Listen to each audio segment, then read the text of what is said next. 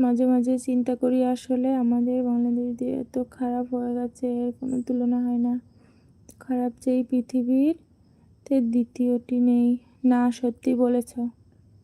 কত কষ্টের টাকা বলো, কষ্টেরই তো বলো আনোয়ার ভাই। আজকে তুমি একটা জিনিস চিন্তা করো, ভগবান আজকে তোমার একটা লাইন দিয়েছে। ভগবান তোমাকে একটা লাইন দিয়েছে, সেই লাইন থেকে তুমি তোমার 3-4টা কর্মচারী রেখেছো, তাদের দেখাশুনো, তাদের সংসারের দায়িত্ব তোমার থেকেই, তাদের সংসার চলে, সব কিছু তোমার থেকে চলে।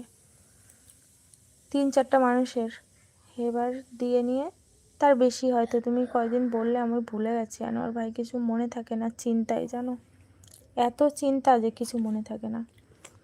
কিন্তু তুমি দেখো আনোয়ার ভাই, মানুষ মানে তুমি কিন্তু 5টা মানুষ না, তুমি 5-6টা মানুষের ফ্যামিলিকে বাঁচাচ্ছ, 5-6টা মানুষের ফ্যামিলিকে তুমি তাদের কাজ দিয়েছো।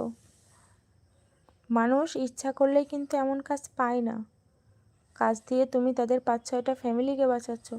আর সেক্ষেত্রে ওই মানুষটাকে দেখো, ওই মানুষগুলো এসে জোর করেই নিয়ে চলে যাচ্ছে।